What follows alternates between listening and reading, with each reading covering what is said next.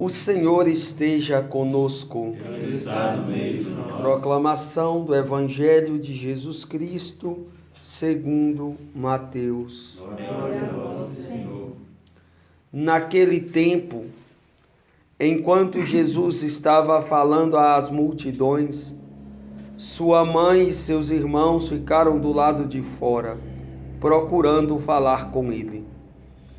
Alguém disse a Jesus: Olha, tua mãe e teus irmãos estão aí fora e querem falar contigo. Jesus perguntou àquele que tinha falado: Quem é minha mãe e quem são os meus irmãos?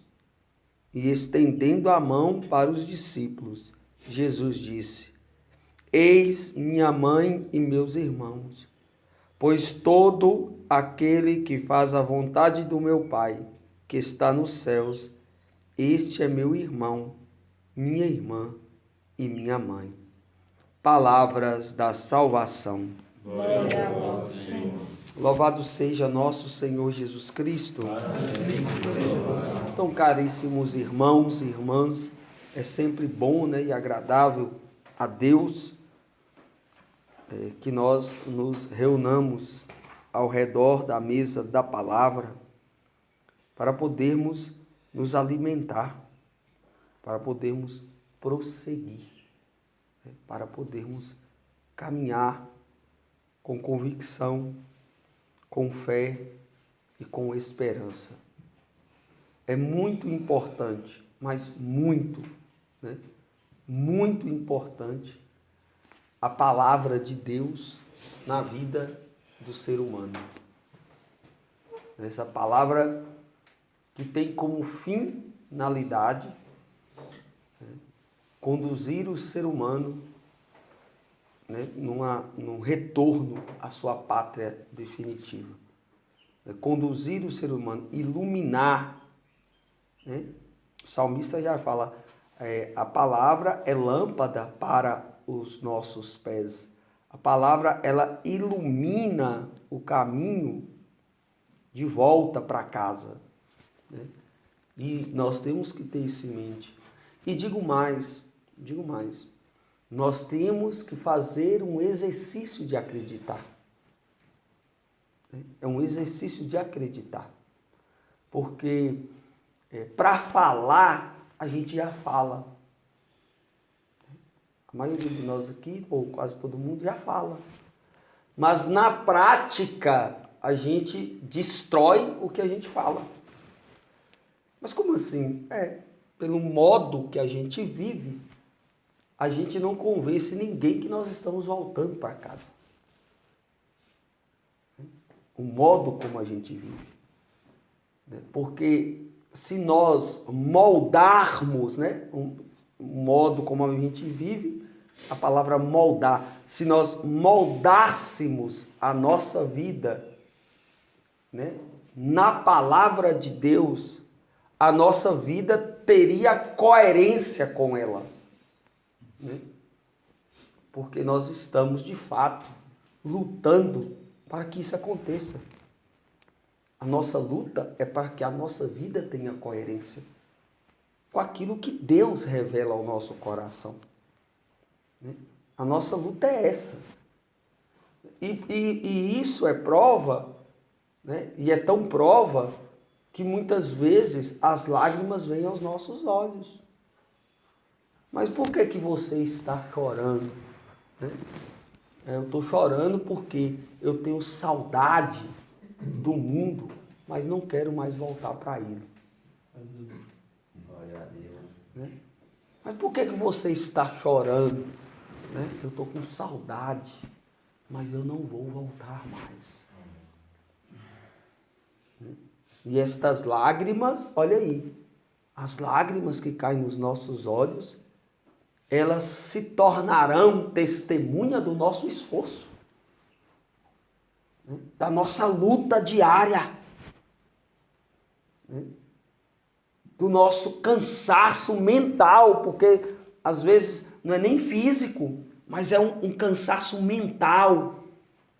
de um esforço tremendo de tentar dia após dia nos convencer que a melhor opção é Jesus Cristo. Né? Um esforço todos os dias, todos nós aqui, né? Desde quem está acolhido para quem é missionário. É um esforço todo dia, né? Para nos convencer que a melhor opção é de fato este caminho que nós escolhemos.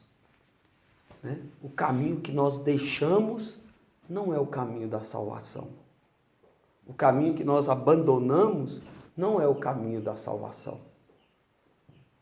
Nós estávamos, de fato, definitivamente, nós estávamos no caminho errado. Né? E por estarmos no caminho errado, né, Deus fez com que a gente mudasse de direção. Né?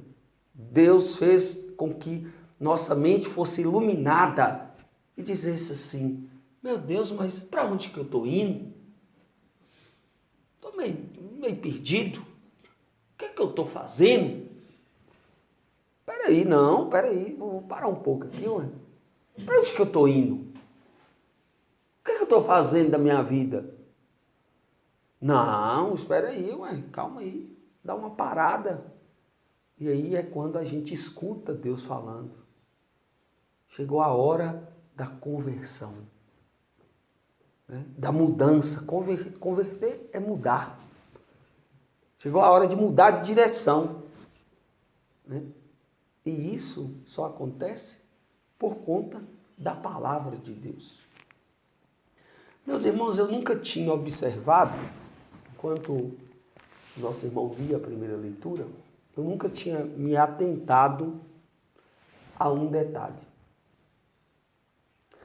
Esta água do mar que se abriu, ela é de fato, e muitos de nós já sabemos, e outros não, e vai saber agora, ela é de fato a prefiguração da água do batismo.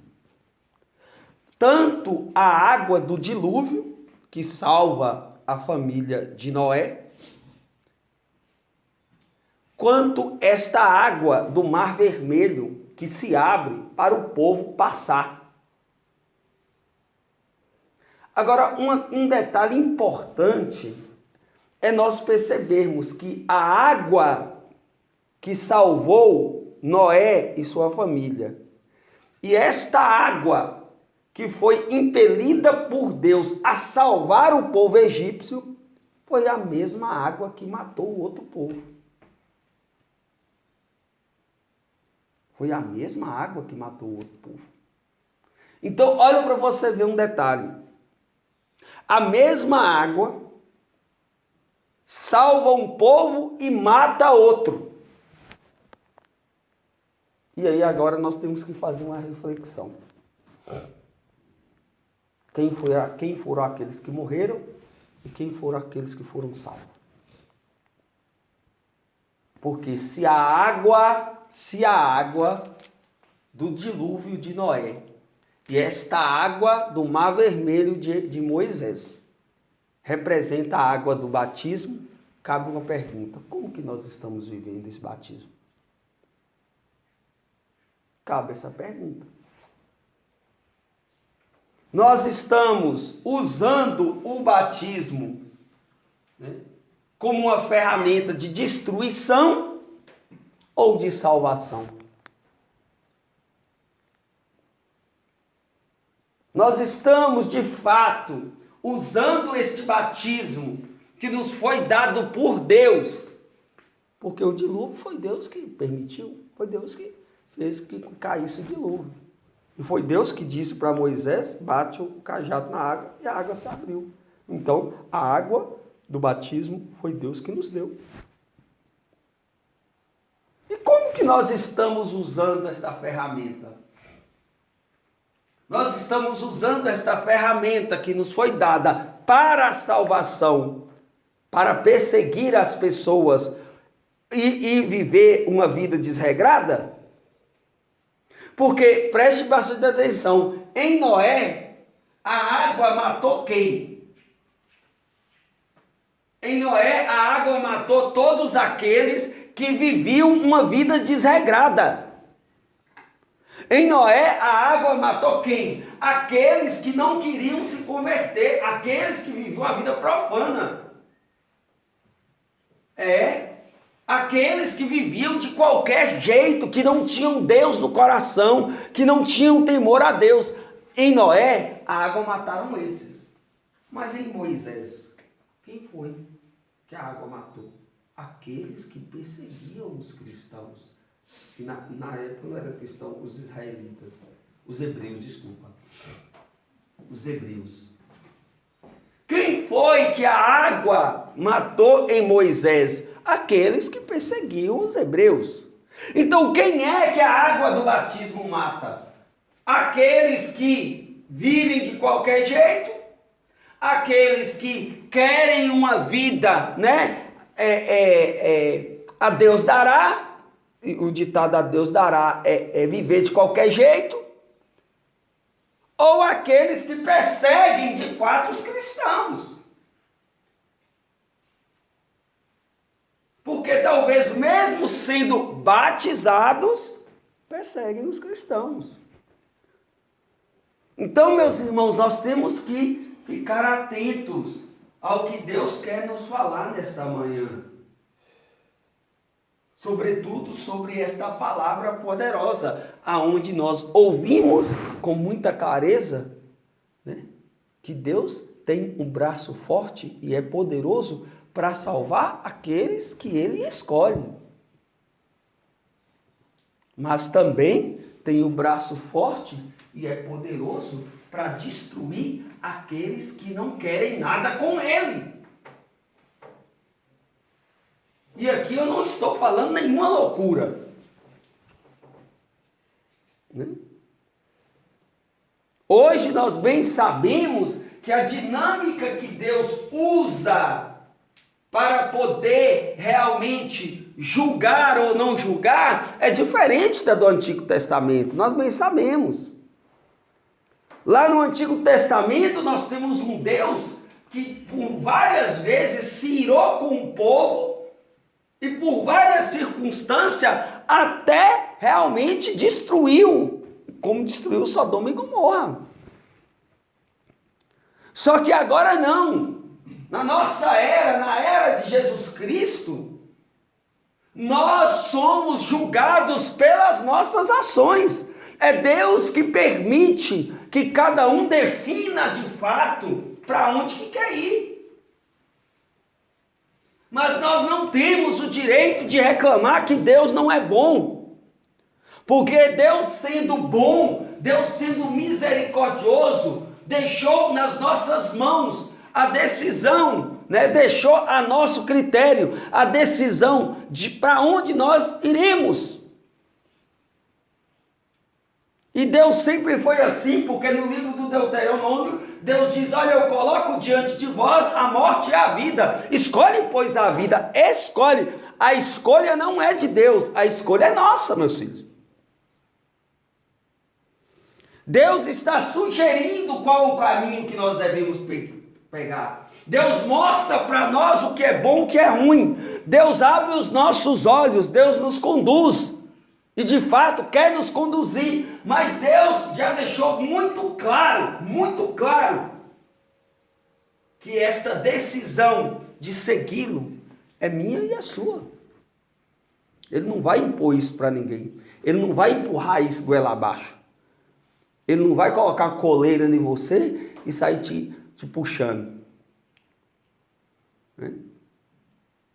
E é por isso que nosso Senhor Jesus Cristo está dizendo a este camarada que disse, ó, sua mãe e seus irmãos estão lá fora querendo falar com você. E aí Jesus Cristo diz, não, vem cá, meus irmãos e minha mãe são aqueles que livremente,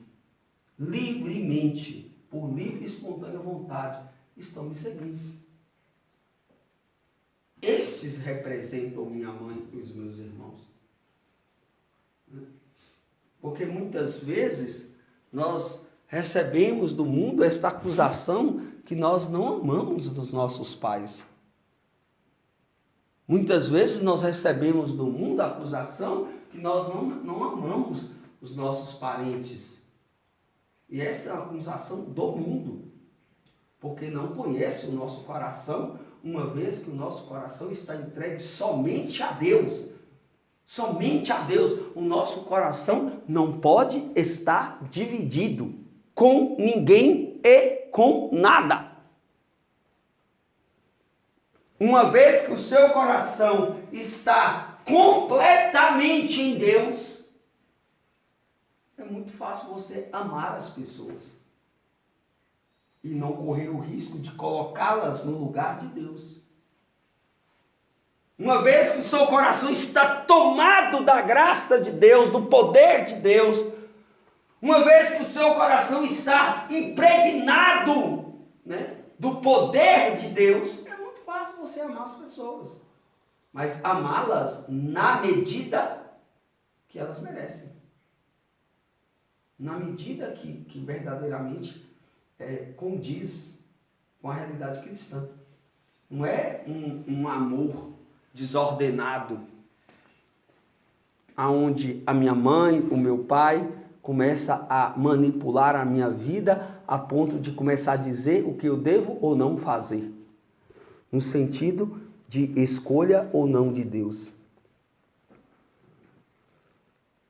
É por isso que a lei civil diz que a maioridade é com 18, e com 18 você decide a sua vida.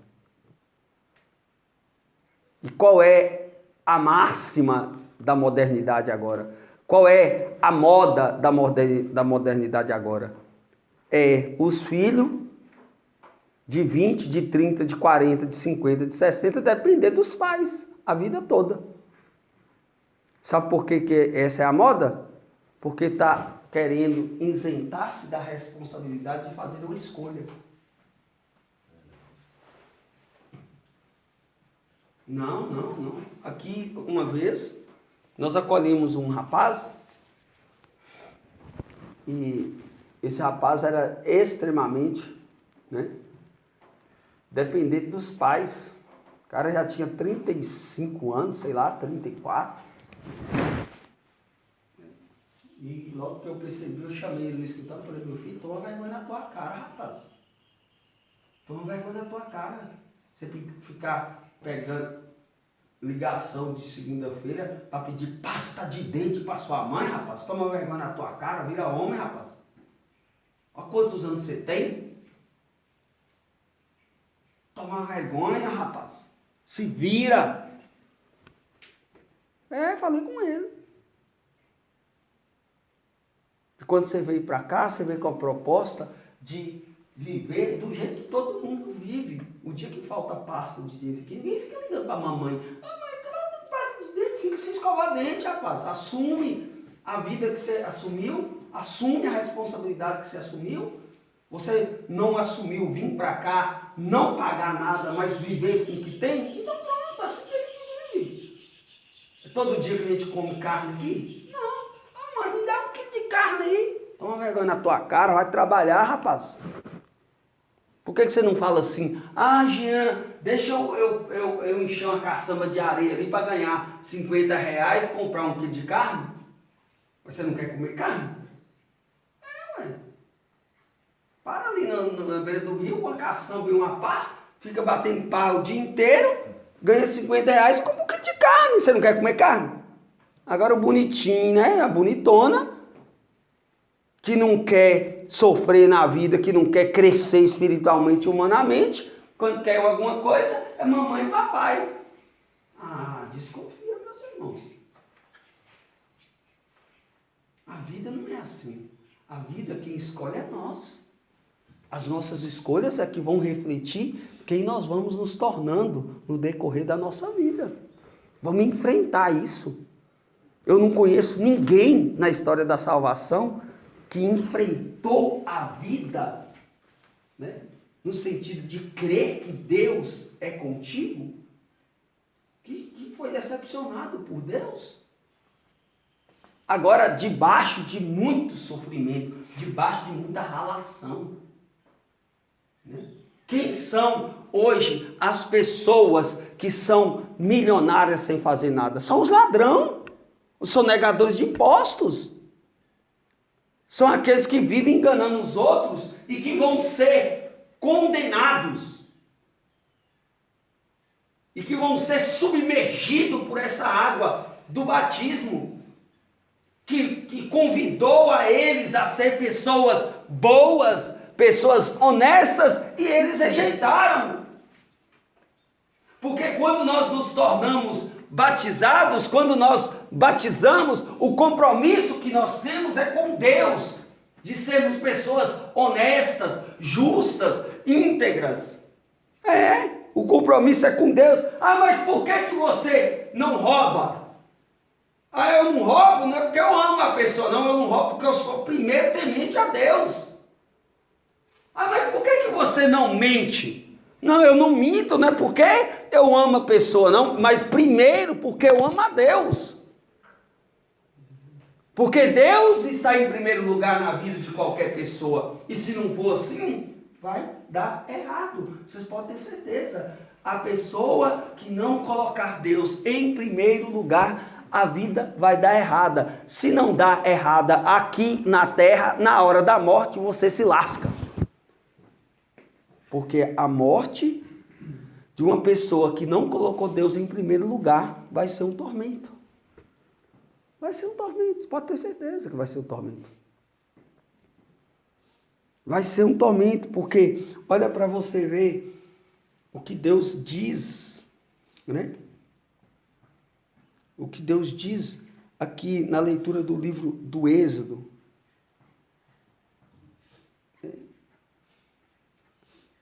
O Senhor está com o povo.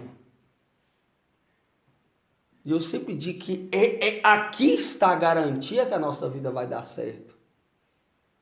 A garantia que a sua vida vai dar certo não é você estar aqui na comunidade, não. Não é você ser filho de fulano, de ciclano, de Deltrano. A garantia que a sua vida vai dar certo é a presença de Deus que nos defende do mal. Está aqui, ó. Está aqui. A presença de Deus na vida daquele povo, né? A presença de Deus na vida do povo hebreu é que garantiu a passagem do Mar Vermelho e o mar engolir os egípcios que os perseguiam.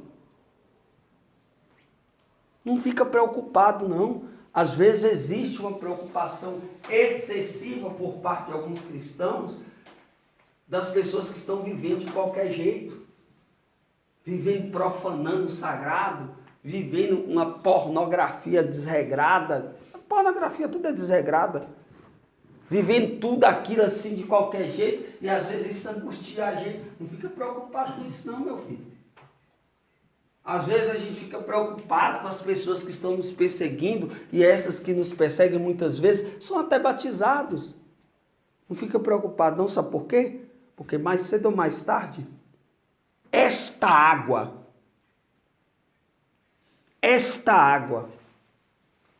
vai dar o destino final para todos esses.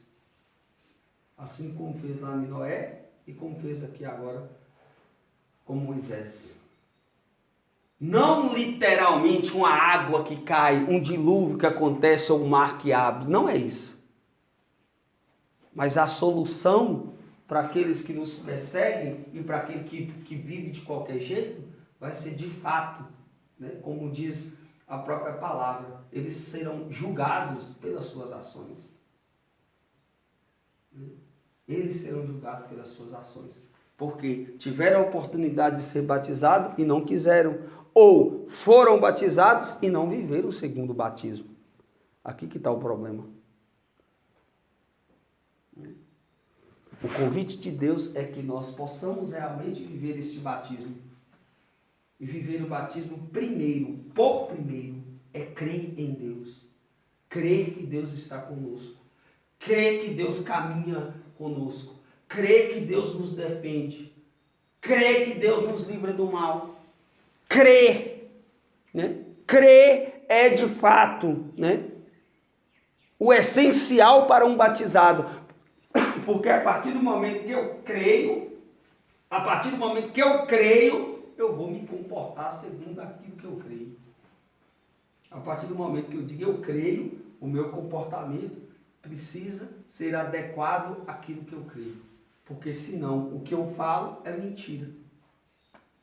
Né? Nós precisamos adequar a nossa vida àquilo que Deus quer que nós vivamos. Quem é minha mãe, quem é meus irmãos?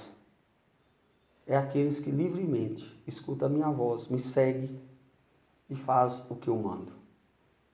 Pronto.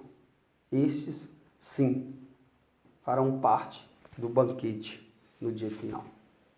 Estes, sim, serão conduzidos pela minha mão até a porta de entrada. Estes, sim, vão experimentar da alegria de pôr a coroa da glória na cabeça. São estes que vão realmente experimentar, né, os manjares que Deus tem para nós, quando nós chegarmos naquele lugar maravilhoso e aquela mesa está posta com as cadeiras no lugar, e Deus vai falar, pode sentar que agora chegou a sua vez. E você vai começar a chorar, obviamente, você vai começar a chorar, vai começar a lembrar de todo o sofrimento que você viveu, de toda a humilhação, de toda a queda, de toda a luta, de todo o choro, e vai falar assim, valeu a pena. Valeu de verdade a pena, porque agora chegou a minha vez. Chegou a minha vez.